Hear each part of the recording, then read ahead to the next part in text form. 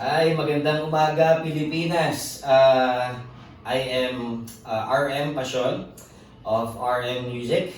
So, technically speaking, no,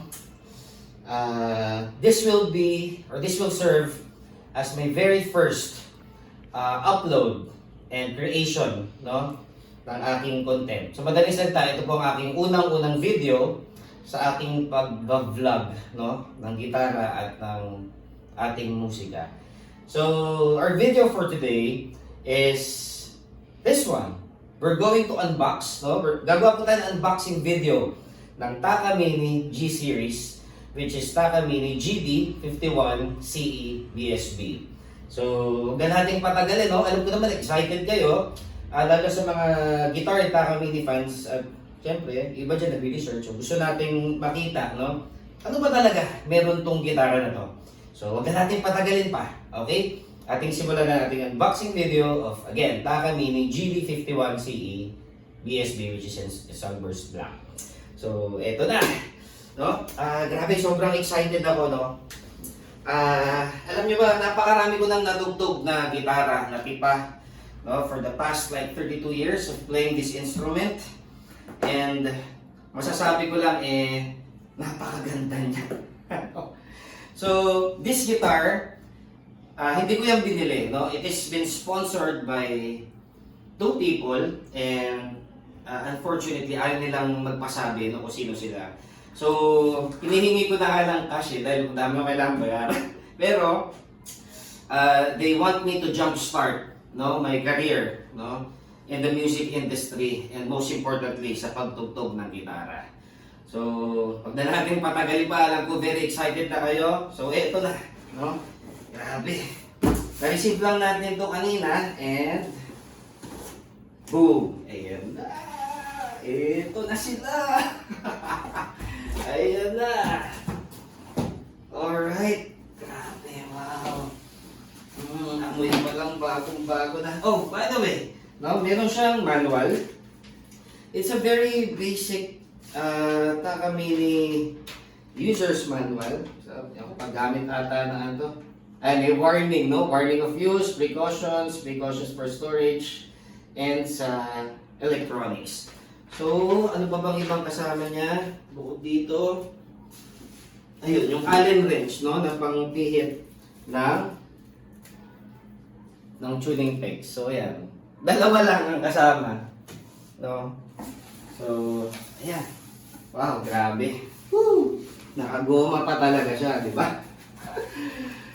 Grabe, I'm very excited to play this guitar. So, isang goma. Ayan, no? Wow, grabe. Bango-bango niya. Amoy kahoy. Ayan. Oh my goodness, nasilip ko na. Napakaganda, napaka-solid. At kakaiba, kumbaga. So, kaya medyo mayroon sa akin. Nagpapa-excite ka pa, Taka Mini. You're already mine. Taka mine, kumbaga. Ayun na.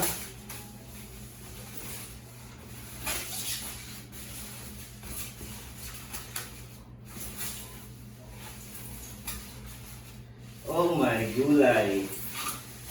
Oh, wow. Grabe, napakaganda niya, no? The color is BSB. It's Black Sunburst. So, simulan muna natin yung specifications, no? Simulan natin sa headstock. Hindi ko alam kung nakikita nyo sa video, no? So, ayan, no? Napakaganda.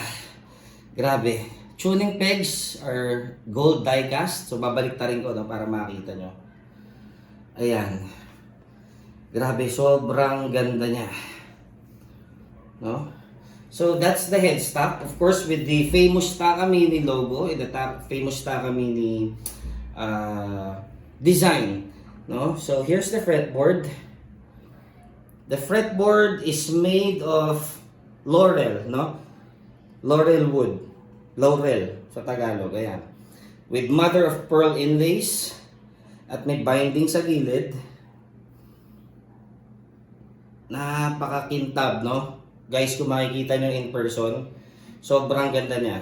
Alam nyo guys, yung likod niya ng neck, no? It's not satin it's glossy finish. I'm not a fan of the glossy finish na mga stock na mga neck, pero iba yung playability nito somehow madulas pa rin siya. No? Kasi yung satin madulas, ang sarap mag-lead, mag-flamenco. So, hindi siya nagkakalayo, no? Maski glossy ang finish nito.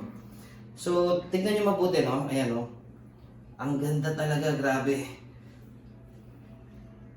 So, this is the body itself. Yan, kitang-kita nyo. Hindi ko lang pinakikita nyo yung kintab Di ba? Wow.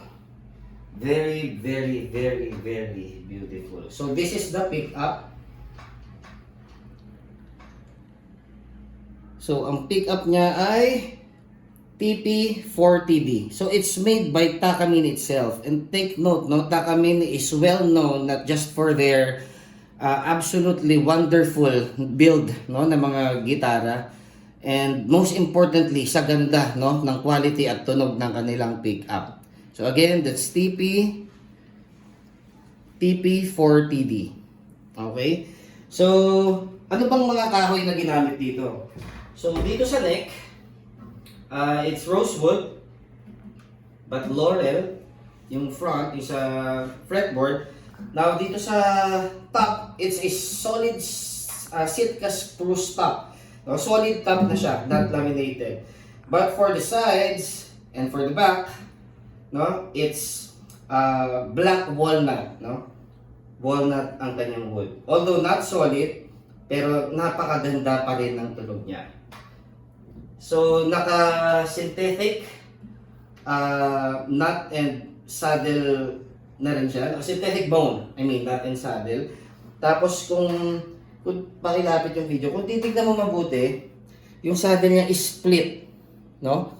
Ayan, it's split type, no? Yung first, second strings nakahiwalay sa 4th, 5th at 6th strings. So, isa yan sa mga ginawa ng Takamine para ma-enhance yung tonality at yung sustain, no, ng tunog. So, like the, what you call this, like the fretboard, ito ay, the bridge is also made in laurel wood, no? So, di ko lang kung makikita yung sound hole. Ayan, no? So, this Takamine, just to cut the cost, it's made in China, pero ang standard niyan is Japanese, no? Alright, so, ano pang hinihintay natin? Huwag na natin patagalin pa. Okay, so, simulan na natin yung ating sound check.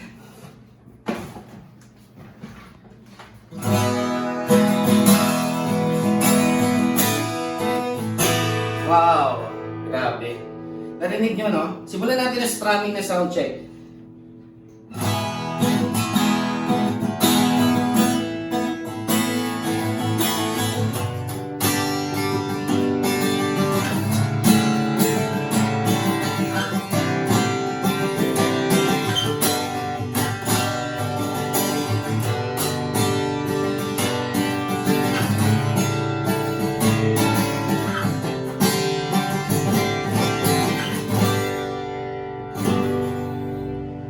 Grabe kung napansin nyo, ang ganda ng sustain, ang ganda ng tonality, very bright, no? At napaka-warm ng tone. So talagang very pronounced yung mga notes niya.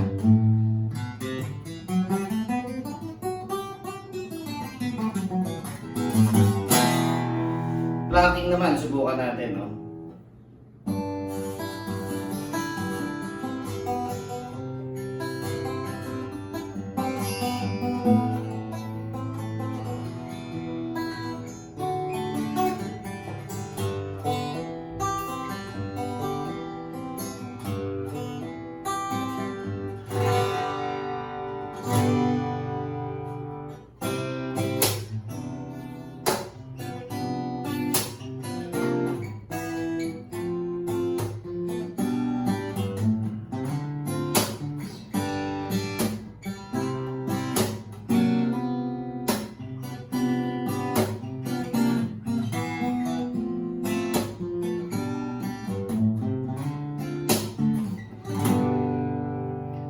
grabe. Napakaganda ng tunog. Di ko alam kung na-mention ko kanina sa video, no? Sa aking 32 plus years ng pagtugtog ng gitara, ako'y nakagamit, no, ng napakaraming gitara na, no? Sa ilang dekada na lumipas. At masasabi ko, grabe, no? Sa price range nito na 29,000 plus, ang tunog niya ay para mga nasa halagang mga 60 to 80k. Maniwala kayo sa hindi. Totoo yun. So, napakaganda, no? Binigay ko ang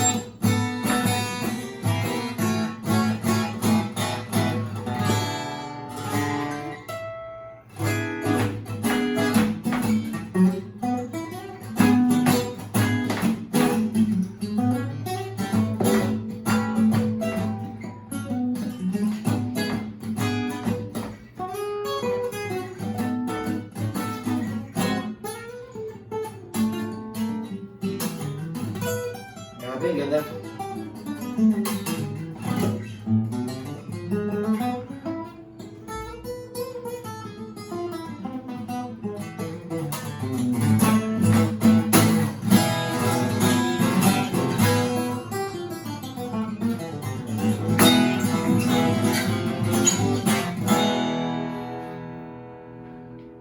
Alright.